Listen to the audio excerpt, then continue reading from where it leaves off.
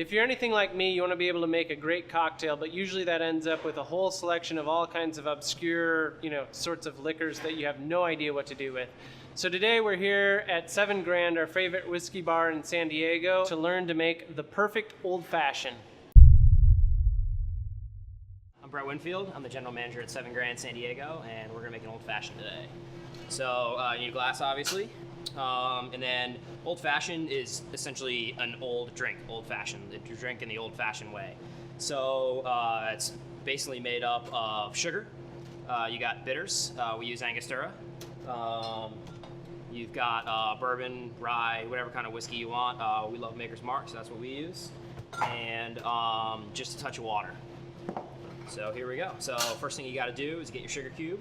We use unbleached sugar cube, Demerara sugar, so pretty standard. You can use white sugar, whatever you really want.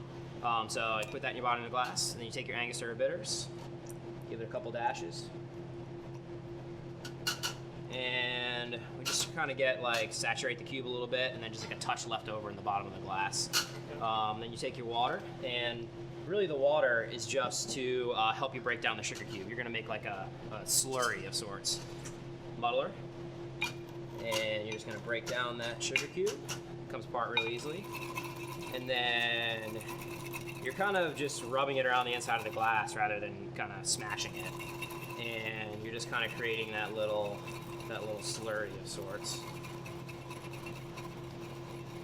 And so you just kind of want it to look like that. There's a little bit of the granulars in there, and that's okay.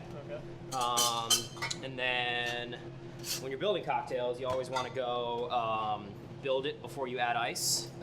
Ice is essentially dilution, and so you want to be able to control the dilution of the drink throughout the whole process in case, your mom calls or something like that. You got to answer the phone real quick. Your drink's not getting ruined while you're talking on the phone or whatever. So adding the bourbon. And we do a 2-ounce pour. If you like it stronger, go for it. If you like it weaker, that's your prerogative.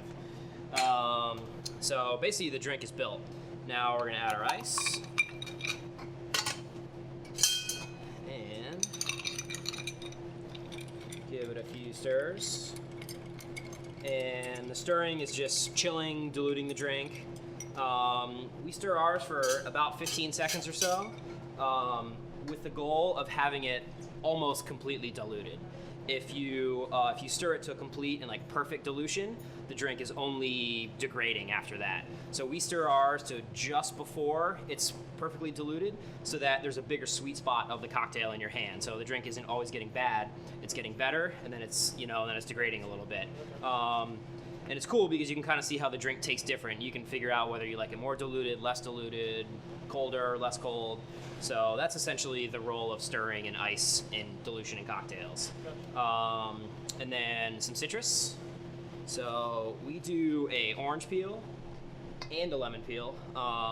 There's, if you ask 10 different bartenders, you get 10 different answers on what the proper citrus is, where you put it, how you do it, but this is the one we like. So you get your citrus peeled. You can use a citrus peeler or Y peeler like I have, or just a paring knife is fine. And then there's oils in the skin of citrus, so you just want to squeeze that a little bit. And I don't know if the camera can get it, but you can kind of see it spray. And then you want to do that again with the orange as well. And then we take ours, put it around the rim of the glass, so each sip you get a little taste of that oil, those oils in there. And then just to make it look pretty, we kind of twist them up, flag them out like that, and that's the old fashioned. Right. Cheers.